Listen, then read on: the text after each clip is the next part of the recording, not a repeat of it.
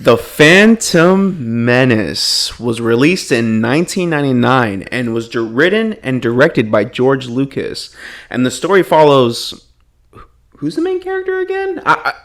Some guy named Anakin Skywalker. Anakin Skywalker, a young slave strong with the Force. He's discovered on Tatooine. Meanwhile, an evil Sith has returned, enacting their plot for revenge against the Jedi. Who's the Sith? Is that a character, or is that like a group of people, or what is that? I would say it's Palpatine. Nah, I'm messing with you, dude. Star Wars Episode 1 is probably like top 3 favorite Star Wars movies of all time. Revenge of the Sith. I changed my list, by the way. Yes, Revenge of the Sith, Empire Strikes Back, Phantom Menace, and then not A New Hope. It's Return of the Jedi, A New Hope, and then Clone Wars, Attack of the Clones. No, number 1. I don't know. Rise of Skywalker, number 1. In case y'all didn't know, we're like massive Star Wars fans. We love Star Wars. Love it. And the time has finally come where we started with Episode 1. Finally. But I like your ranking. Yeah. It's a unique ranking. I respect it. Yeah. Phantom Menace is a very... I love Phantom Menace cultural, pop culture, nostalgic and masterpiece. I wouldn't go masterpiece, but it's good. And like you said earlier, Star Wars at this time was made for kids, and you did give me a good good argument, why, because you were talking about like you liking the sequence. I actually like the sequences of building the government of not per se the. What is it, like the trade federation shit, but the government itself, I like the universe building and this scale of the universe building. Yeah, and I said it's made for kids. The film was made for kids, so I don't know why George Lucas included all these sequences in the movie about peace treaties, Senate meetings, and all this trade confederation bullshit when we don't really need it all that much. Well, I mean, I don't mind it because, of course, we need like to plant the seeds for Palpatine to take over the eventual Republic. And that's what it's used for, though. Cause if you I feel like it's boggled down the film a lot. Like, it's just overdone. Oh, it does like, hold down the film. It drags. It really makes the does. film. And I think the way that George Lucas like utilized the green screen and confining like this, the way he structures the environment feels very bland. It doesn't really give the actors much room to like perform. So everybody just dull. Like I love that Liam Neeson. Everybody just acts bland. Like there's really no like stand-up performance. Liam Neeson does a really good job. Liam Neeson's cool in this, yeah. And I think he took the role without even reading the script. Yeah. And I'm kind of glad he did, though, because Liam Neeson really... He's Qui-Gon Jinn. But like I said in the beginning intro, like the main character isn't very clear in this film. No, I don't think so. Like it's not Qui-Gon or Obi-Wan or Anakin. Like everything, all 3 of them are like kind of like just like a mush of like a group of characters that are just moving around. But yeah. I think the main character would probably be the universe, the aspect itself of the whole trade shit, the government, all that stuff. I think that's more pushed forward than the characters themselves.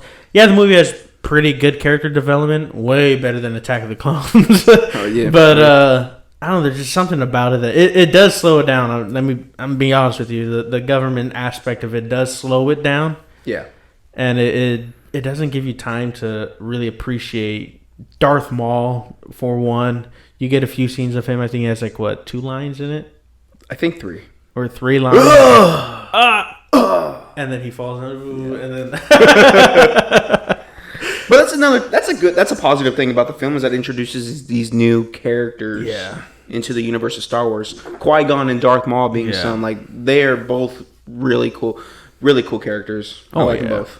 Especially Darth Maul. Darth Maul is one of my top favorite characters in Star Wars as a whole, especially after watching the Clone Wars, which we will. Oh, dude, the Clone Wars arc of Darth Maul's Clone Wars arc was phenomenal. Incredible. Dude. Even moving into Rebels. I don't know if you saw Rebels, but Darth Maul moving through Rebels too. I saw a partial big chunk of Rebels. Yeah, I didn't watch all of it. I'll take it.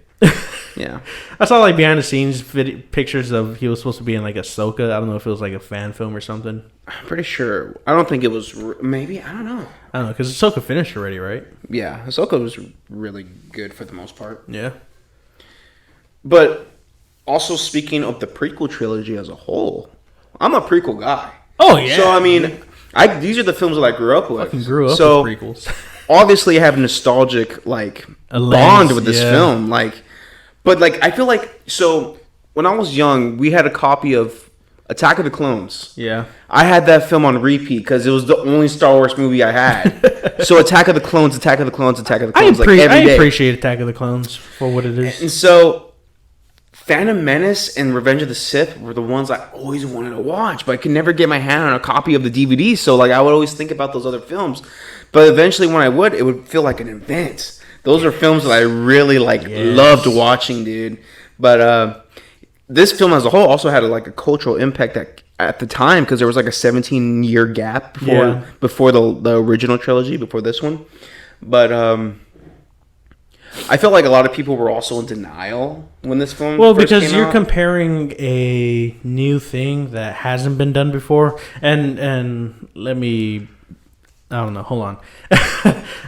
Phantom Menace hasn't been done before to this scale compared to the original trilogy. Yeah. Because, this is at the peak of the Jedi Order and all this stuff. And you didn't have all that coming in when you were watching A New Hope, the Empire, and Jedi and stuff. They didn't have this scale of actual Jedi being in charge and everything. Yeah. Which I'm not a big fan of the Jedi, as you know. Or the Republic and all that, fucking corrupt and shit. Yeah. I'm a CIS guy, man. I'm a CIS guy. And we see some of that. And when we're first introduced to the Jedi Council, they're all dicks. They really are, especially Mace Windu, dude. Oh yeah. I love Mace Windu's character, but I don't know. I think the Jedi took the aspect of their rules too far, especially Yoda. Oh yeah. Yeah. But it's kind of weird how Yoda switches up. Yeah, at he first does throughout the thing, at first, when they're introduced to Anakin, he's like, no, I don't trust him. He doesn't but then once Qui-Gon dies, train the boy you must. He switches up. I don't understand that. No, he does. But I think he did it. I think he did it because of Qui-Gon requested it, and I know he had his doubts about Anakin, and that's one. And there's one thing. That's one of the reasons why Ahsoka became Anakin's apprentice. Because Yoda wanted to test him. Yoda didn't trust him enough to be a Jedi Master. And that's another reason why he didn't become a Jedi Master in Revenge of the Sith. Because they really didn't trust him. They knew that he was a threat. Well, because eventually he does end up becoming a threat. The chosen one, man. I don't know. Just Jake Lloyd's performance in this, just... What's the movie? I felt like we needed more of an emotional connection with him. A lot. This is Darth Vader. This is him as a child, and this is starting from the beginning. It's probably the most tragic story in film, even just history of anything. I don't completely blame the actor though, because some of the dialogue is clunky. George Lucas cannot write dialogue. I'll try spinning. That's a cool trick. Are you an angel? But what the public did to him though is. I don't know, man. It's crazy. Him and who played Jar Jar Binks? Oh yeah, the way. Oh, Jar Jar Binks. Yeah, a character I love actually. I love. Really, you like Jar Jar Binks? Yeah, I thought he was a bit too comedic. I think he's perfect. I think he's too because he's the only character in this film that's a character. Everybody else acts the same with a personality. Yeah, I don't know, Jar Jar. I don't know. I agree with you on that, but I think that he's too comedic. He's too much. I understand that. I know I'm in the minority there, but I think one of my favorite lines was when Liam Neeson was. So first of all, this trilogy has a bunch of memes. Yeah, the dialogue goes on and on. The ability to speak does not mean you're intelligent. There it is. There it is. You know exactly what I was talking about. Yes. I didn't have to say it. The second he said what Liam Neeson said, we're talking about Jar Jar. That's the only way. Then when he shoots his tongue out to grab something, and then Qui-Gon Jinn grabs it, and it flicks back into his mouth. Too comedic, man. Too slapstick for me. The pod race scene. Dude, the sound design. The sound mixing is really good. I like the pod race scene. But 90% of it, I don't know if you noticed this too, but 90% of that pod race scene is literally a pan to left to right. Yes. And I mean, I want to see an overview of the whole race. It was kind of just weird how George Lucas was just using that same shot. Yeah, it really doesn't build like of course there was like a few like up close shots of their faces with their green screen behind them, but he just was constantly doing left to right pans. It was kind of weird, but overall the pod racing is one of the standout scenes of the film. Oh yeah, so it's a really good scene. The from visuals too, and I love when you can feel like the engine is roaring past you if you have headphones on. Yeah. They just do and just goes the other way. Yeah, so cool. That is cool. The sound design is really good in that sequence. It's so cool. What are your thoughts on the special effects? Honestly, for the time, 1999, or I think they did the special effects in like 98 or something like that. But for the time, dude, I think they're really good. I think they're watching it now. For the time, they're good, but they're dated now. I think they're dated. Yes, like, especially Attack of the Clones. Yeah, the green screen work on Phantom Menace and Attack of the Clones are outdated like crazy. It's not till Revenge of the Sith that you really see like the lighting, everything, the contrast, the detail on the character clones too, like the armor. See all like the scratches and everything. It's not until then where like you really appreciate the prequels. I feel like the battle droids were very like no suspense, no tension at all. Not scary. They're basically just objects. They're junk. That's what they are. Yeah. They're just junk. At least, even though the stormtroopers in the original trilogy would miss their shots and stuff, at least they had an intimidating presence when Darth Vader was around and shit like that. Well, with the battle droids, especially being built by like the CIS and stuff, they weren't meant to be. They were meant to be like police force. That's what they were meant to be in the beginning. They weren't meant to be an army, like a huge force. It's not until the Attack of the Clones when they're building like billions in droids and everything. Yeah, that's true. Like in Attack of the Clones, you really feel like the scale of the military when the clones and droids like run at each other. Yeah, but it's not the Naboo fight. Yeah, at the end with the Gungans. Oh, dude, I always skip that scene. Do you really? I can't. The CGI is just so dirty. Dude, I love how the droids look when they come out and their heads pop up and. You know what that sequence reminds me of? It reminds me of my old Macintosh computer, like when I have those like free downloadable games, and it would just be open field of grass. Dude, I love it, dude. That's what that. Well, yeah, the grass, all that kind of stuff. The open field, it's not very good, but I know the textures and everything are kind of off. I love that scene, dude. When the droids arrive, the MTTs come in, the giant tanks and everything coming in. My favorite part in that scene is when Jar Jar has that gun stuck to his foot and he's shooting droids with it. Darth Jar Jar. Have you seen them? I've seen the memes of Darth Jar Jar. You know what's so funny is that I had a conversation with one of my buddies at a taco shop once. Yeah. And when I was telling him this whole story, I forgot about what story it was, but I was giving him this whole like theory of why Jar Jar is Darth Jar Jar. And we were in the line at the taco shop, and there was a dude behind us who was a massive Star Wars fan. He wanted to join our conversation so bad. And he was like, well, if that ever happened, that would be a dumb idea. And I just started laughing because I was like, oh, hey, what's up, man? Like,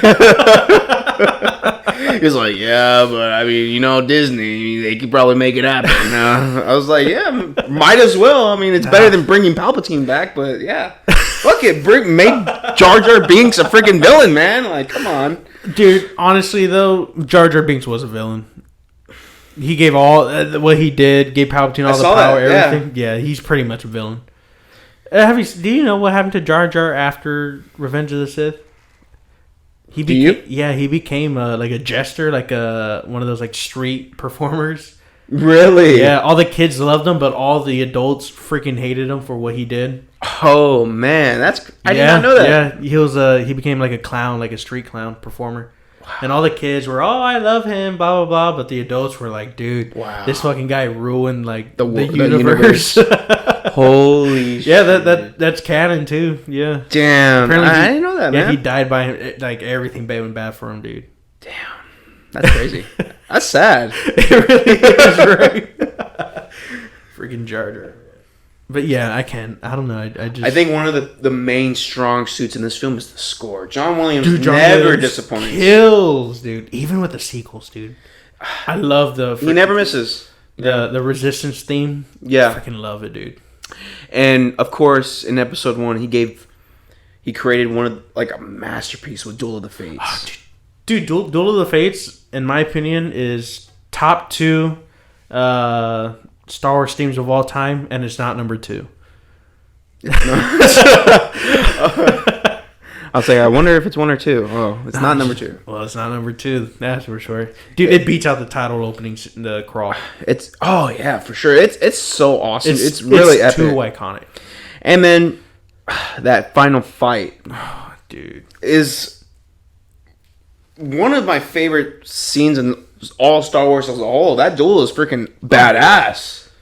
And a specific clip from that fight alone was when, you know how Obi-Wan is like getting heights behind that that beam, that red beam, and then it opens up, and then him and Darth Maul go at it with that badass. He jumps at Darth Maul. They're fighting. That like 5 seconds right there has always been in my head since I was a kid. Like so cool. It just reminds me of peak nostalgia. I can't like get out of my head. The behind the back block to the so front, badass. To the front block. Oh, dude. And that's another thing. The choreography is so good. And I hate that people say it's too choreographed, but you got to remember, like, these guys are at their primes, dude. These are like force wielding guys in their primes who can like predict like future events to a certain extent. Like, I'd rather it be over choreographed than to be dull like the sequel trilogy. Yeah, where Rey's like she can barely lift the lightsaber and just, like it's like Thor, Thor's hammer. Like, yeah, I love the tension when Qui-Gon's he's meditating on one side but Darth Maul's on the other side. He's walking back and forth, dude. Like. The contrast between both of them is insane. I think that's the only time in the film where you actually feel like that tension and suspense. Yeah. Then when the doors open and Darth Maul's revealed, that one too, dude. That's like... Meanwhile... You stand up and start clapping. Right? Dude, it's so badass, dude. Darth Maul's so cool, dude. Meanwhile, Anakin's in a cockpit, and he finds a helmet that's already his size. Yeah. That was kind of weird. Yeah, Anakin Skywalker is not a Mary Sue, what do they call him? Mary something, or he's a character with a bunch of plot armor because his whole universe revolves around him. He's pretty much Rey in the sequels. But actually, you know what? That what is it? The first sequel movie, Force Awakens. I actually like it. Me too, to a certain extent. Yeah, like Rey's a Mary Sue, but so was Anakin in The Phantom Menace. Yeah. Well, I mean, it's because we know his fate already. So it's like we already have the connection with the character. Well, whereas the sequel trilogy, you didn't know what was going to happen because not even the writers and the directors knew what was going to happen. They didn't know. Holy shit! God forbid they build an actual story. Right.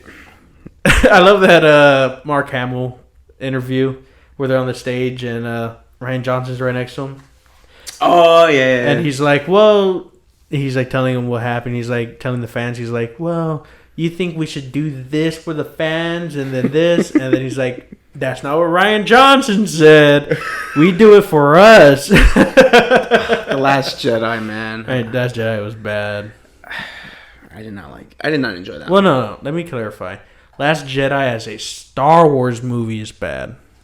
I think Last Jedi it is structured and shot so much better than The Phantom Menace. It is. But as a Star Wars movie, it's bad. As a first-time viewer, you don't know what Star Wars is. You don't know anything like that. You don't know the lore. I think it's a good... but good point. Especially if you don't know who Luke Skywalker is. Oh, man. We'll wait until they do. Luke Skywalker, man. They ruined him. Well, I wouldn't say ruined. But they did mess him up. The film has such a... I don't know, like the toy. Yeah, like I said, like this film was most of it had a big deal with like selling toys. I think because there's a lot of toys that were like that came from this. I still have a bunch of them actually, and there's a lot of like, and I have some too. Yeah, like the pod racer, like they had games too. Like they had a bunch of like games. I love the earlier Star Wars games that came out, especially like the early 2000s from Bounty Hunter, the Jango Fett game. Oh, dude. There's that Star Wars Starfighter, Knights of the Old Republic came pretty early on. And they're all good too. Battlefront 2, OG Battlefront 2, and 1. Those are two really good games. I just played them recently, actually. My brother has I have it on my computer. Yeah, I finally played it. My brother always had it, but we finally got a PS2 to play it on. So it's been fun revisiting it now. Oh yeah, it's awesome, man. It's awesome. You play Knights of the Old Republic? I played it once on my phone. What? Yeah. But I didn't finish it. I really love the characters though. Oh yeah. But yeah, man, Phantom Menace just. I love I love what they did with it. I like how now, but at the time, I think people were really hesitant on liking it due to the. Like I said, I think they were in denial. Yeah, because like they hyped it up so much, and I respect George Lucas so much for being innovative and trying something different with this one. That's what I love most about the prequel trilogy because it's not exactly like the original trilogy. It's nothing like it, and they're so different. And that's what I love about the debate on which one's like better. Because, dude, they're not even remotely the same. Besides, like, one or two characters switching between both of them. Yeah. Dude, none of them are the same. You can even say the same for Clone Wars and Rebels. Dude. Yeah.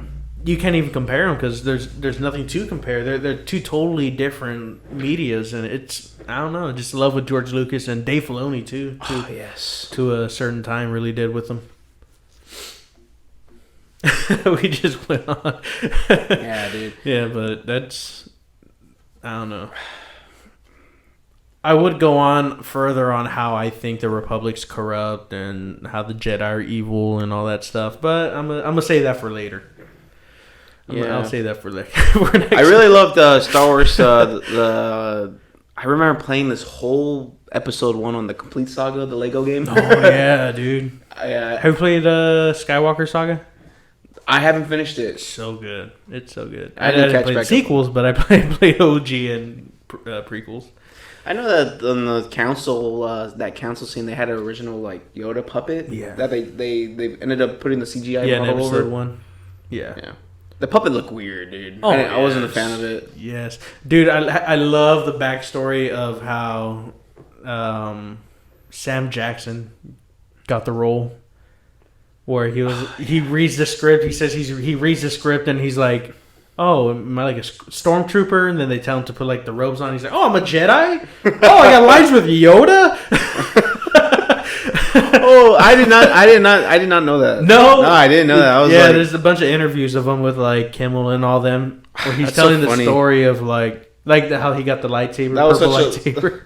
That was such a Samuel Jackson kind of story right there. Yeah, he's like, yeah, I'll do anything, man. I'll be a stormtrooper. I'll run across the screen with the gun, whatever. And then they bring him like the little thing. He gets to choose his lightsaber. He puts the bad motherfucker on it on the side, like from Pulp Fiction on the wall. Yeah.